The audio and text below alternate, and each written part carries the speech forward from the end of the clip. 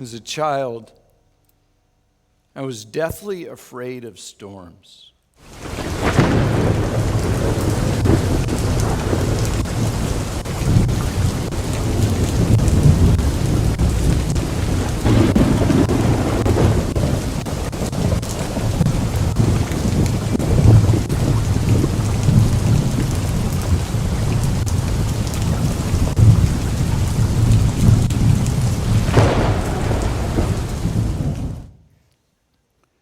I knew thunder couldn't hurt me, but that didn't matter. It was still loud and scary.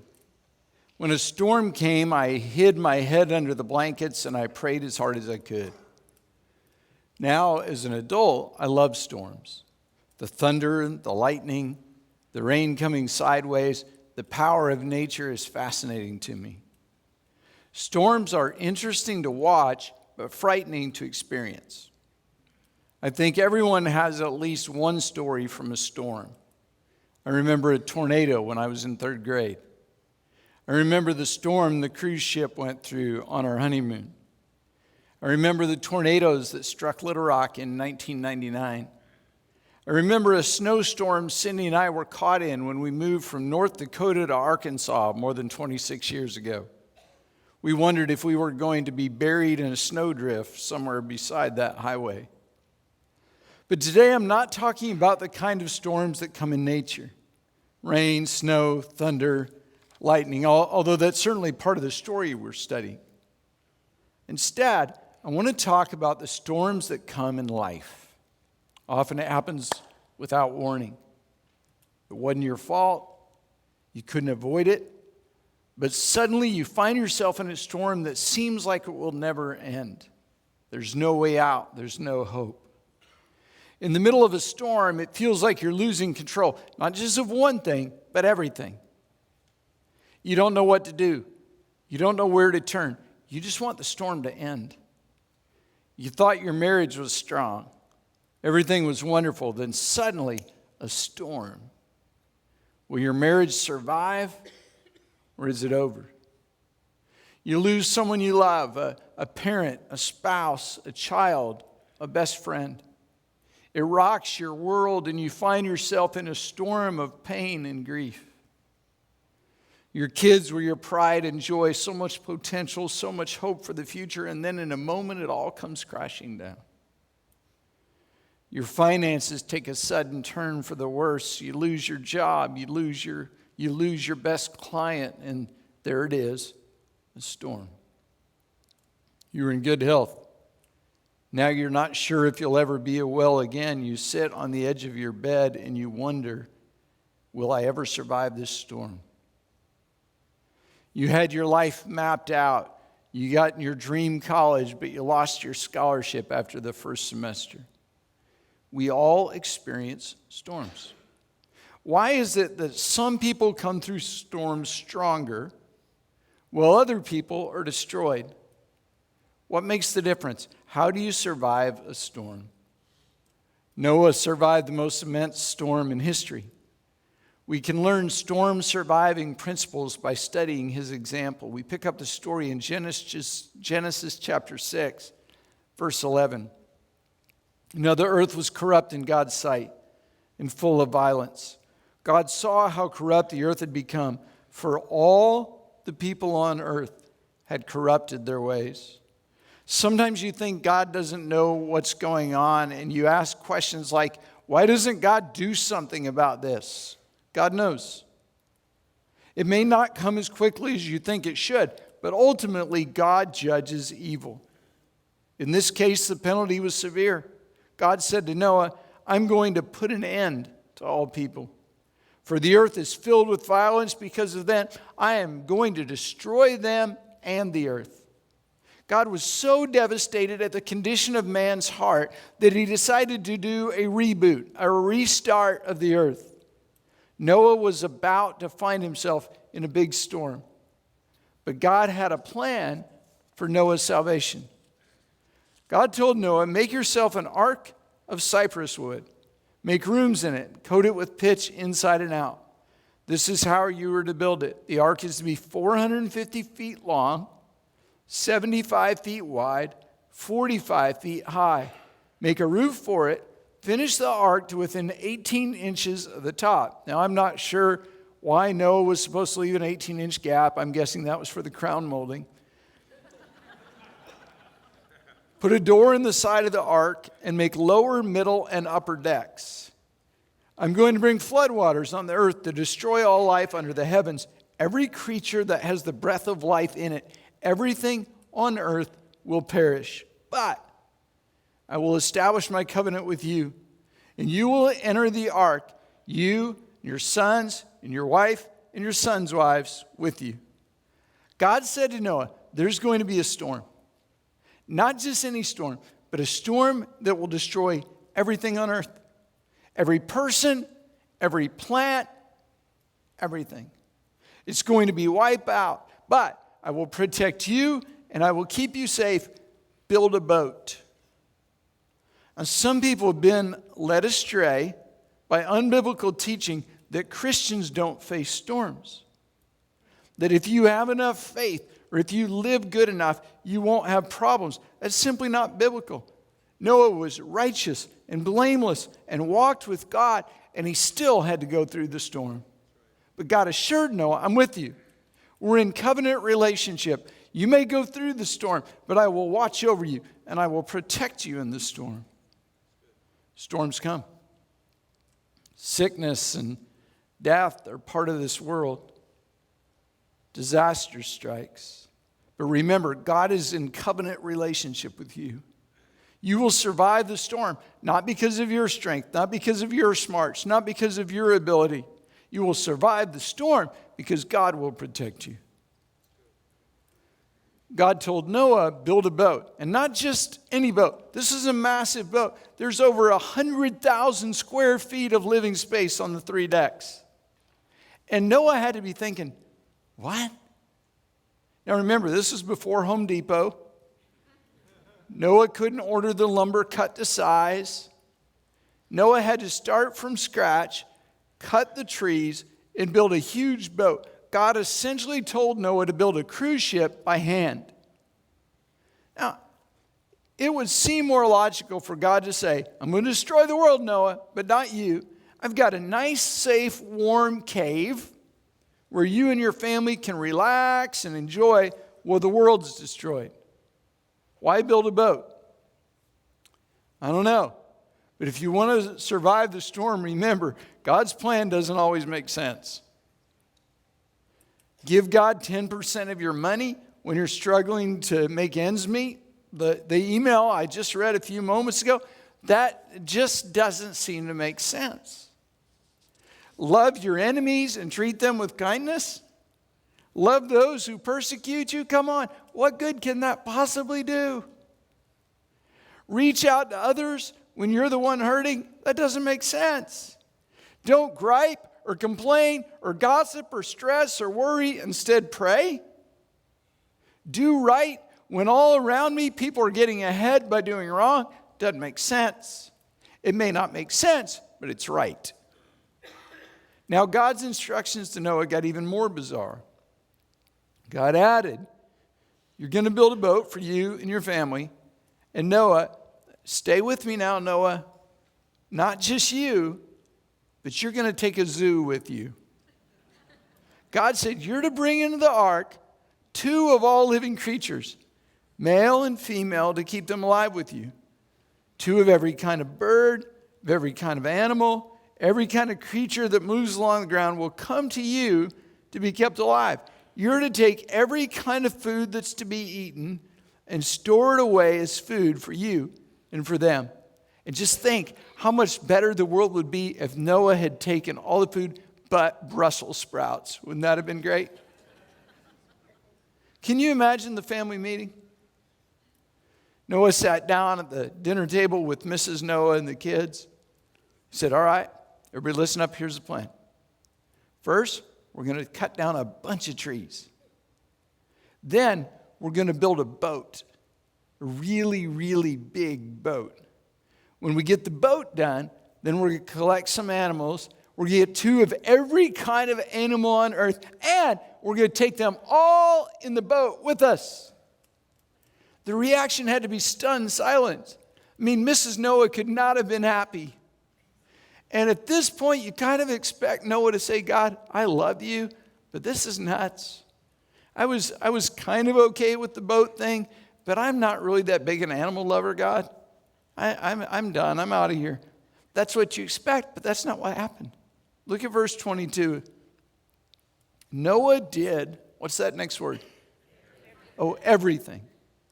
Noah did everything just as God commanded him. It's remarkable. Noah's response to God's direction, even though it didn't make natural sense, was simple obedience. If you want to survive the storm, you have to obey God. It always amazes me when people in a financial storm don't tithe. When people in a relational storm don't obey God's instructions about relationships. When people in conflict refuse to obey God and resolve conflict biblically. People get in a storm and drop out of church. People get in a storm and turn their back on God. You should always obey God, but in a storm, you really need to obey God. When things are going wrong, step up your obedience. You're not going to work your way out of the storm. You're not going to think the way out of your storm. You need God's help more than ever. So obey your way out of the storm. Obey God. Noah obeyed God. Now, growing up, my favorite part of this whole story, I always heard about Noah's neighbors making fun of him as he built the boat. Have you heard? Do you like that part of the story? Isn't that great? I love that part of the story, but it's not in the Bible. I mean, I tried to find it. I knew it had to be there because I heard it in Sunday school all those years. It's just not there. We just don't have Bible of people making fun of him. Although there had to be a lot of questions because it took Noah 120 years to build his boat. There had to be days that Noah wanted to give up, but he had a word from God, so he obeyed. The Lord then said to Noah, chapter 7, go into the ark, you and your whole family, because I've found you righteous in this generation. 7 days from now, I'll send rain on the earth for 40 days and 40 nights, and I'll wipe from the face of the earth every living creature I've made. Good job, Noah. You did it. You built the ark. Looks good. Tough, long, hot job. Way to go. Now, call your family. Get in the ark. 7 days. Here comes the rain. And Noah did all that the Lord commanded him. You wouldn't blame Noah if he said, come on, God, time for a new command. I'm sick of this boat. At the very least, how about some thunder? How about a little trickle of rain? You know, something to kind of motivate the family, to convince them that I really am hearing from you. Even just a storm cloud or a sudden clap of thunder. Please. But not Noah. There was no whining, no arguing. It's a huge trust moment. Noah built a boat, and then he got into the boat, even though there was no sign of rain. Noah immediately obeyed without knowing the end result. To survive the storm, keep obeying God. Don't quit. You start out with good intentions, but as time goes on, you get weary and you give up. You say, this trial is just lasting too long. This isn't working. I obeyed God, but things aren't turning around. I'm doing right, but things are still going wrong. I'm faithful to church. I'm faithful to ministry, but I still have problems. I understand. It looks like it won't end. Keep obeying God. God responds to obedience. He did for Noah. He will for you. And Noah and his sons and his wife and his sons' wives entered the ark to escape the waters of the flood, which, oh, by the way, haven't fallen yet. But when you obey God, you find safety. Building that ark seemed like an exercise in futility. But God had a plan. God didn't tell Noah to build the ark just to see if he could do it or to see if he would obey. God's plan all along was to keep Noah and his family safe from the storm. There's safety in obedience. When you obey God, you ensure that you remain in his plan. Instead of doing it your way, do it God's way. And what happens next, I think, is the most remarkable part of the whole story. Verse 8, pairs of clean and unclean animals, of birds and all creatures that move along the ground, male and female, came to Noah and entered the ark as God had commanded Noah. See, I always picture Noah and his family going out and like this big rodeo. You know, they're rounding up the animals. Instead, the picture is of them standing at the door of the boat, watching as every kind of bird and animal began a parade to the boat. Hey, you can't get your dog to obey. I sure can't get, it's not my dog, Cindy's dog to obey. And cats won't obey anybody. But at the suggestion of their creator, at a gentle nudge from God, all the animals marched to the ark and entered. Didn't make sense. It violated their nature. They should have been killing each other. But they came. And that had to get the attention of everyone in town. An animal parade entering a giant boat. The elephants and the sparrows. The lions and the lambs. Tigers and tarantulas. Ants and anteaters. They all came to Noah and they entered the boat. And that parade had to confuse the neighbors. At the same time, that animal parade had to convince Noah's family. They had to suddenly think, maybe Dad's not crazy after all. Look at that. Animals are coming. God really did speak to Dad. He really did hear right, because only God could do that. That's what happens. When you obey God, you experience the supernatural. Something that's above and beyond the natural. See, doing it your own way is natural. God, I'm not going to obey you. I think my plan for my finances is better. I think my plan for my marriage, my plan for my children, my plan for my relationships, my plan for my business is better. God, I'm just going to do this on my own. You may not say it that way, but you do with your actions, with your obedience and your lack of obedience. When you do that, of course supernatural miracles don't happen. Your way isn't and can't be miraculous. If you want to experience God's supernatural intervention in your storm, keep obeying God. It is foolish to expect miracles when you're walking in disobedience. Verse 16. Then the Lord shut him in. Picture it. Noah and his family and all the animals entered the ark. It was time to shut the door, but Noah didn't have to pull the door shut. Instead, he stood back as God shut the door. Noah wasn't braving the storm alone. They were shut in, and God's hand was on them. It was a powerful reminder from God. Noah, I've got your back. In fact, let me get the door. And I'm shutting this door to remind you I'm with you and I'm watching over you. Listen to me, never forget. When you're in the storm, you're not alone. God's watching you. He knows right where you are, and He knows right what you're going through. God's hand of protection is with you. Verse 17, for 40 days, the flood kept coming on the earth. As the waters increased, they lifted the ark high above the earth. The waters rose, increased greatly on the earth, and the ark floated on the surface of the water. The same flood waters that destroyed everything else lifted Noah. The ark floated above the devastation and the destruction of the storm.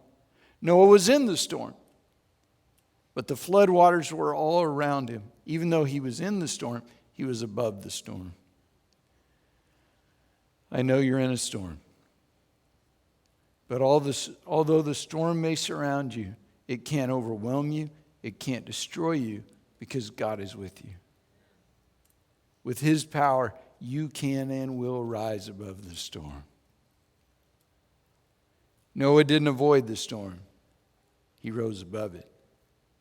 Verse 19, the waters rose greatly on the earth, and all the high mountains under the entire heavens were covered. The waters rose and covered the mountains to a depth of more than 20 feet. This is an immense flood. This is over everything. This is even over Mount Everest. Every living thing that moved on the earth perished. Birds, livestock, wild animals, all the creatures that swam over the earth, and all mankind. Everything on dry land that had the breath of life in its nostrils died. Every living thing on the face of the earth was wiped out. Men and animals and the creatures that move along the ground and the birds of the air were wiped from the earth. Only Noah was left, and those with him in the ark. The waters flooded the earth for 150 days. Now, the last few weeks, we've had a lot of rain and water in central Arkansas. This was 150 days. Noah was on that boat with his family for months. That's a lot of together time. Not only that, Noah was on the boat with animals, a lot of animals. He had to care for and feed and smell the animals. For the first few days, that might have been a neat experience, but I think it got old quick. I've got a question. What do you feed anteaters? Because if they're anteaters, don't they eat ants? I'm assuming he had them on separate decks because there's just two ants. It had to get old. And Noah had to wonder, God, where are you? God, have you forgotten me? I'm trapped in this boat. I'm floating with a bunch of animals. And even worse, God, I'm trapped in here with my family. The animals I can tolerate, but my daughter-in-law is driving me crazy. Now look at verse 8. Awesome verse. God remembered Noah. Sometimes you wonder, how can this happen? How do I deserve this? Does God even know I'm here? Maybe you felt forgotten by God. Seems hopeless and endless. You may have been in your boat for what seems like eternity, but listen to me, God still has a plan for you. God has not forgotten you. He knows right where you're at. God remembered Noah and the wild animals and the livestock with him in the ark. He sent a wind over the earth, and the waters receded. Now the springs of the deep and the floodgates of the heaven had been closed, and the rain stopped falling from the sky. Seemed like the storm would never stop. But one day, the rain stopped. And the clouds began to dissipate, the sky turned blue, and the sun came out. Can you imagine that moment for Noah? After weeks without seeing the sun, nothing but rain, cooped up in an ark, finally the sun appeared. There will come a point where your storm's lasting longer than you think it should. But I have a word from God for you. This storm won't last forever. Boy, if you're in the middle of a storm right now, that ought to make you shout. This storm won't last forever. One day, the skies will clear, and the storm will be over. With God's help, you can make it through the storm. The water receded steadily from the earth. At the end of the 150 days, the water had gone down, and on the 17th day of the 7th month, the ark came to rest on the mountains of Ararat. Noah and his ark landed on top of the mountain, secure, safe, protected from the storm. Do you think it was coincidence that Noah landed on that mountain? Now, God knew right where Noah was. And watch this. The storm wasn't in control of the boat. God was. God used the wind and the waves to put Noah exactly where he wanted him. The very things that frighten you, the wind and the waves and the rising flood, are the things that God uses you to position you for impact and for blessing. See, you think the storm's in control, but the whole time, God's steering you through the storm. God is positioning you through the storm. You can survive the storm. You will survive the storm. But that doesn't mean you won't go through the storm. But in spite of the wind, in spite of the waves, in spite of the storm, through the storm, God always has been, and God always will be a faithful God. You're not alone. God has promised that He will be with you through every storm.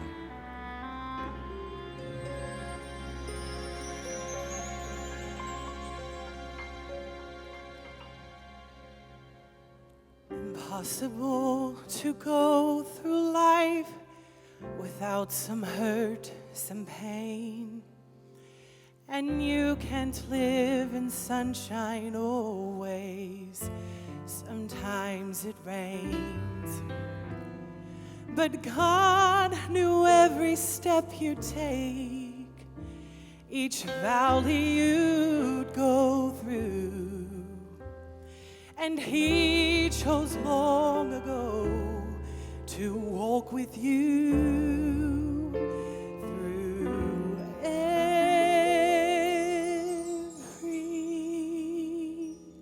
storm. God will somehow take you safely without harm. Though at times you may feel frightened and alarmed through every storm, those nights that you'll spend waiting for the sun, and when you feel your strength is gone, He'll come and carry you through every storm.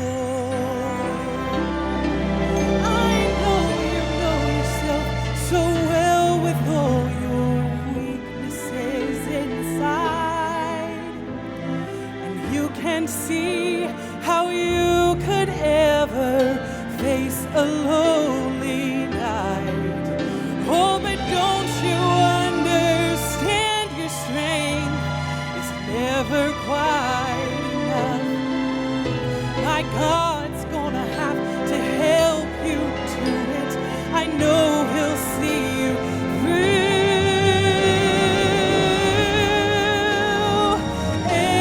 every storm.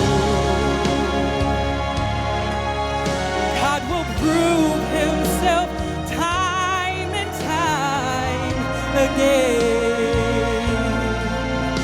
When your efforts aren't enough, He'll take over then. Through every storm, those nights that you'll spend waiting for the sun, and when you feel your strength is gone, He'll come and carry you through every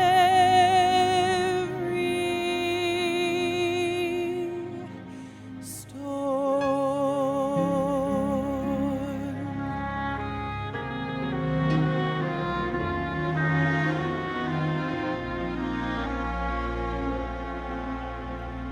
And when you feel your strength is gone, He'll come and carry you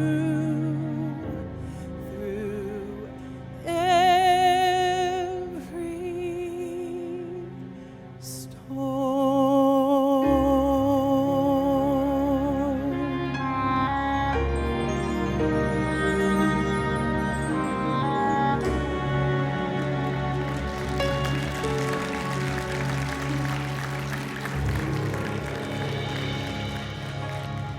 Would you bow your heads with me? If you're in the middle of a storm, I want to pray for you. God's promised He'll be with you through every storm, and we'll stand with you in the storm. And believe that as you obey Him, you'll see the supernatural, that He's positioning you, and that you'll make it through the storm. If you're in a storm right now, we're going to pray. If you're in a storm, would you just stand right where you're at? I want to pray for you. And I've purposely left time so we can pray. If you're standing, would you come stand across the front?